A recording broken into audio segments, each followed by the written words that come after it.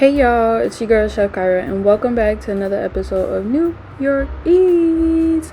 Welcome to my food channel where we talk about everything nice, sugar and spice, baby. So for today's episode, we are going to be making my infamous apple crumble. Now I know my words and stuff is not linking up with this video, and that's all due to some mic issues with my mic again. So basically, like, if my mic is not I guess like screwed on fully, it won't record the audio, and so yeah, this caused some complications. Also, what I was saying in this clip was letting you guys know that I was deemed the queen of making apple pie and apple crumble in college, and I love making apple pie, apple crumble, just pie in general, all different kinds of pie. Alright y'all, so let's talk about some of the ingredients that we're gonna need for this recipe. So we're gonna need some cinnamon, also nutmeg, but for this video, unfortunately, I didn't have any nutmeg on hand, so I would definitely add that to your ingredient list. Some vanilla extract, butter, whipped cream, iodized salt, Quaker Oats, some lemons, apples, white sugar, brown sugar, a nice hefty amount of all-purpose flour, and also a non-stick pie tin. So these are going to be all of the ingredients that we're going to be using today. You can also go out and get you some vanilla ice cream as a topping so that you can add this to your apple crumble once it comes out the oven. Alright y'all, so first things first, we're going to get a stainless steel bowl filled with cold water. We also have our fresh lemons here, and so what we're going to do is add some lemon juice to the water. You don't necessarily have to worry about getting the seeds out of the lemon, just because, you know, it's not going to really affect anything. But the reason why we want to use this is so that we can keep the apples from oxidizing, and so it keeps the apples from turning brown and looking gross and mushy, and we don't want that. We want our apples to stay pretty, just like we are. So I'm taking a palm of my hand and rubbing it up against the lemon to get the juices going, and now we're just going to slice it and add our lemon juice to our water. Now half a lemon is a-okay. I mean, if you wanted to do a whole lemon, you can, but you want to be careful with adding, you know, the lemon to your apples, because you don't want to add so much lemon to the point where the apples start to taste like lemons and take on the taste of lemons, and we still want, you know, the lemons to have its own flavor. Now for the apples, you guys can choose whatever apples that you'd like to have in your apple crumble, but for me, I know that red apples are more on a sweeter side, and then we have green apples that are more tart, and I like to have that balance between the sweet and the tart, and so I've decided to use some of my fresh apples that I've gotten from the orchard when I went apple picking, and I'm going to use some green and some red. Now the green apples are really big, so this is why I only have 2 of them, and then the red apples, or the different variations of red apples that I have, are a bit smaller, so we're going to use 4 of those. So I'd say for a full pie, 6 apples about this size would be perfect enough for you to use. So the first thing that we want to do is we want to get our apples nice and peeled. So as you can see, I'm just peeling my apples and getting those ready and set to be cut. Alright y'all, so what we're gonna do is cut our apple in half. Now if you're the type of person that likes to use a core to core your apples, you can, but I just like to core my apples this way, and it works just as fine as a core. So for this part, you can cut off the top half and the bottom half. When you do core the apple, those parts are gonna come off either way, but you can, you know, slice the top and the bottom. So now we have our half. We're going to cut our half again in a half, and as you can see, the core of the apple is still intact. And now what you want to do is you want to take your knife and you want to come in at an angle, and you want to come in at the angle and straight down. And as you can see, that slices off the core there's your core right there to the right, and then the apple to the left. And now that we have that cord, we're going to just slice our apples into about medium to large slices. And we want that because we're going to cook down the apples, and if the apples are very thin, then they're going to turn into applesauce, and we don't want that because that's not what we're trying to make. So, you know, you definitely want to be conscious about the cut on the apple. And so this is about the size and the thickness of your apples that you'd like to have once you go to cut them. Now that I've demonstrated this, I'm going to put my apples in the water with the lemon juice, and you just want to repeat this same process with the rest of your apples. And I'm just going to do that off camera real quick, and then we'll be right back for the next step. Alright y'all, so we have our apples peeled, cored, and sliced and ready to go. And as you can see, our apples are still looking plump, juicy, and delicious. There's no discoloration on them, and again, that's just because we've allowed it to sit in the water and lemon juice bath to keep it from oxidizing. And they look great. And although we're going to be cooking them down, and it doesn't seem to be that important to really, you know, I guess keep the color, it is, because the oxidization does change the texture of the apple, changes the color and appearance of the apple. So that is really, really important. So the things that we're going to use to season our apples is the brown sugar, the white sugar, some cinnamon, vanilla extract, and a little bit of lemon juice. Now this acidity from the lemon juice is going to help us to balance out all of that sweetness that is going to be in the dish, and to really just have a little tartness to the crumble where it's not like overly sweet, because I'm pretty sure you guys have all had desserts where it's super duper sweet, it's overwhelming, and it's just way too much. It's way too much. So, you know, that acidity is really important to have. Alright y'all, so first things first, I love to start off with my vanilla extract after adding some lemon juice to the apples. Now y'all, let me tell you, screenshot it, do what you gotta do. Watkins bacon vanilla is like one of the best vanillas that you can possibly get from the supermarket, at least in my opinion. I feel like it has a very strong flavor. You really don't even need to use that much, so this is why I'm using it very sparingly. And it doesn't really have that like strong, I guess, like alcohol taste behind it, and it's just, y'all, it's good. So that's the vanilla I love to use. And then of course we have some cinnamon. Now the cinnamon part you can add as much as you like to your desire. There's really no, I guess, specific measurement. For me, I really love warm spices.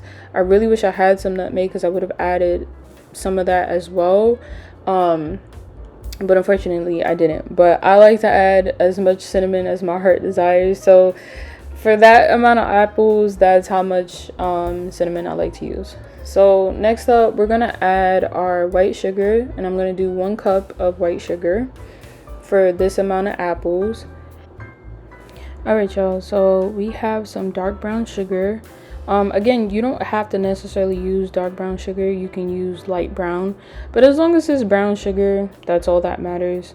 And I'm just gonna use a 1/2 cup of brown sugar. And so essentially altogether you're using 1.5 cups of sugar altogether. You don't want to do too much sugar because it can be overpowering and just too sweet, and it really takes away from just the beauty of an apple on its own. And you don't want all of that sugar to mask the taste of the apple.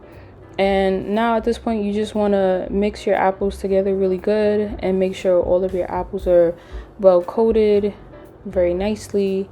And once that's done, then you can let your apples kind of just sit and hang out and chill and marinate in this cinnamon sugar mixture, just so that it can really take up some of that flavor. And then we're going to move on to our next step. Alright y'all, so I have my handy dandy saucepan here. I have a half a stick of unsalted butter. I'm going to put my heat on a medium to low heat because we don't want our butter to burn. And we are going to add our apples into this pan and let them cook until they're nice and tender. Now you want to make sure that you cook your apples until they're nice and tender because contrary to belief, it's a little different when you're making a crumble compared to an apple pie. Now the cooking time for the apples and the actual pie dough has enough time to actually bake and do what it needs to do. But with a crumble, you can easily burn it while waiting for the apples to actually cook down and become tender. So in my other little small saucepan, I'm getting a full stick of unsalted butter melted so that we can begin to make the crumble. Alright y'all, so being that we have our butter pretty much almost fully melted, I'm just going to begin to add my apples into the saucepan. Now for this part, I like to cook my apples until they're, I guess, al dente or semi-tender. Just because there is going to be the second half of you putting it in the oven to bake off the crumble and let that begin to get crispy.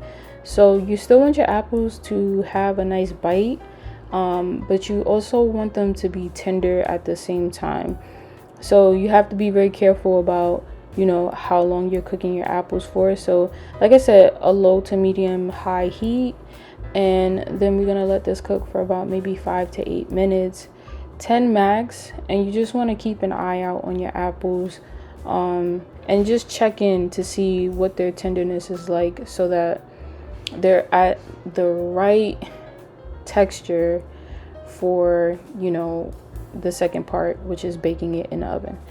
Now we have our butter pretty much ready for the crumble. So while the apples are cooking, we're going to get our crumble ready so that they're both ready at the same time and we can stick it in the oven. Alright y'all, so now that we have our apples cooking and getting all tender, I have my melted butter here. And usually when I like to make apple crumble, I like to use a 1-to-1 ratio. So we're going to use 1 cup of flour, and then we're also going to use 1 cup of oats. Now I have picked up some Quaker old-fashioned oats, just plain oats y'all.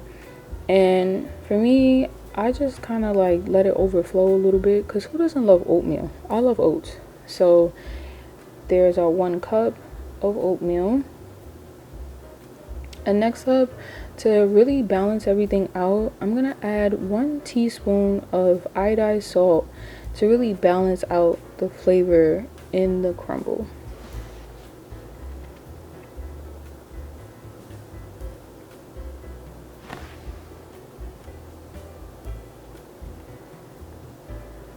Now remember, keeping everything balanced is really key when you're baking or cooking anything. So we have our oats, we have our flour, and we have our salt. And we're also just going to do 1 cup of sugar, but we're going to even it out by doing a half a cup of brown sugar and then a half a cup of white sugar. And I'm only doing 1 cup of sugar because I don't want to make things super duper sweet.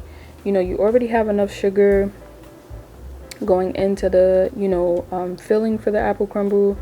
So we don't want the crumble itself to be overly sweet as well. We want sweetness, but not too much sweetness. So we have our half a cup of white sugar added as well.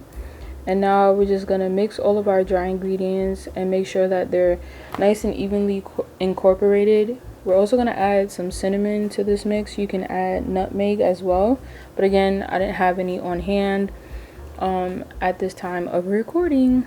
So let's mix it up and make sure everything is evenly distributed. And this is really important because, you know, if you don't mix this up and, you know, get everything broken up, you'll have pockets of super sweetness in your crumble or pockets of super saltiness in your crumble, and we don't want that. And you also want to make sure that for the crumble part, you get in there and maybe even use your hand if you see that there's pieces of brown sugar, as you can see in my hand right now. that isn't really breaking up as you're mixing it with whatever you're mixing it with, whether it be a rubber heat spatula like how I'm using currently, or a whisk. But you just want to make sure that everything is broken up nice and just evenly, and it looks good. And so now that we have everything mixed up, we want to proceed on to adding our butter.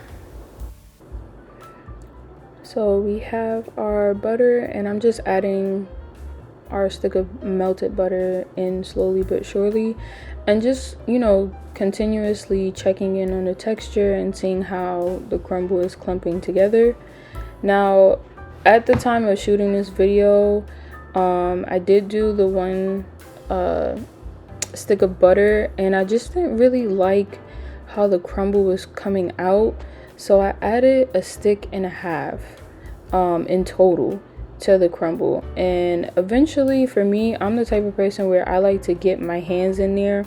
Now, of course, if you're making this for an event or anything like that, you can definitely, you know, have some food safety gloves, you know, some nitrile gloves or latex gloves to, you know, eliminate any potential contaminants or anything like that, or just make sure your hands are super duper clean and wash your hands. But for me, I think it's really important to get your hands in there and actually work the crumble with your hands so that you can feel the texture of the crumble, to see, is it dry, is it kind of sandy. And I like for my crumble to have like I like for the crumble to be very wet, but then I also like for it to clump together. So a reference that you can think of is like when you eat honey bunches of oat and there's the clusters of oats. I like for my crumble to look like that. And so right now it's still kind of like dry for me, so I figured, okay, well, let's just add like a half a stick of butter, and that should really do it. And it did. So you'll see that in the next clip. And like I said, it depends on how you like your crumble. Some people like it kind of sandy like that, but for me personally, I like to have those big, you know, crunchy parts of the crumble where they're like clumped together. So let's get to the next part so you guys can see how I officially like for the crumble to look. And there it is, y'all. This is how I like for my crumble to look. As you can see, it's not so sandy anymore, and it's actually clumping together a lot better. And then what I was demonstrating is that when I take my hand to get, you know, a handful of the crumble and squeeze it, it sticks together, and that's what you're looking for in the texture of the crumble. So this is perfect for me. Like I said, everyone likes their crumble different, but for me personally, this is how I like to do it, where there's more clumps than there is sandiness, and it's perfect, y'all. It's good. Now catch it, this is what you want it to look like. All right, y'all, so our apples are getting there. They're almost done, and our crumble is nice and ready to go. So we're just gonna let this cook down just a little bit more so that they're a little bit more tender than what they appear to be here in the shot. And then we're gonna add it to our pie tin and add the crumble and bake it off. All right, y'all, so we've gotten a little wipe down, clean the counters off and reset, and now we are just gonna scoop our apples into the pie tin. Now there is a lot of juices going on. I don't want to overfill the pie tin with so much of the juice from making the apples, so I decided to get a slotted spoon and drain off some of that liquid, and we are just going to fill this bad boy up to the top. So each and every one of those apples that's in the pan is going to go into the pie tin, and it looks so good, y'all. I really wish that you could have been here, or if technology was, I guess, more advanced, to be able to have a moment to like smell those apples, because they were glorious. And so you want to make sure you flatten out the apples and smooth it out as you continue to keep putting them in the pan, so that it's a nice even bake when they go in for the second cooking process.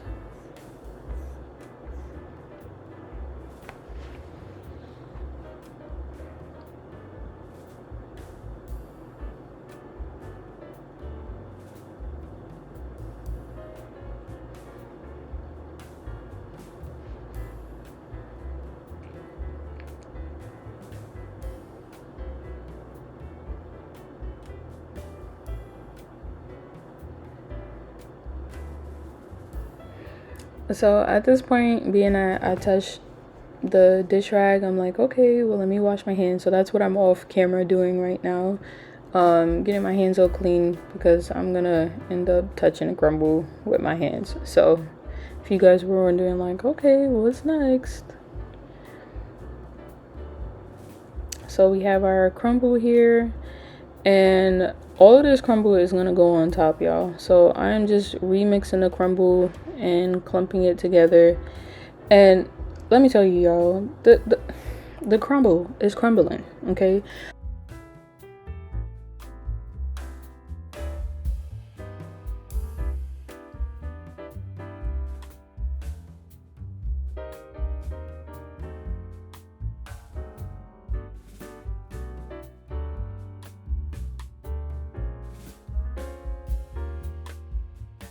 And it's gonna get a little messy, but that's okay. That is a-okay. Now for me, I started the oven off at 350 and let it bake for a little bit. I'm gonna say maybe about 5 to 8 minutes, and then for the remainder of the time, I don't know, I'm gonna say maybe another 3 or 4 minutes. I jacked the oven up from 350 to 375, just so that the crumble could get nice and crispy and get that beautiful brown color. And that is pretty much it, y'all. So we're gonna pop this in the oven, and then I'm going to show you the finished product after it comes out the oven. And then we're also going to plate this up how I would plate it up if I was at a restaurant or if I was serving it to some guests, and then we're going to enjoy. Alright, y'all, so this is the crumble straight out the oven. Warm, ooey, gooey, smelling delicious, like sweet apple pie, smelling like some apple cinnamon oatmeal. And as you can see, it has a nice little golden brown kind of crispiness on the top, and just all the brown bubbling sugar around the edges.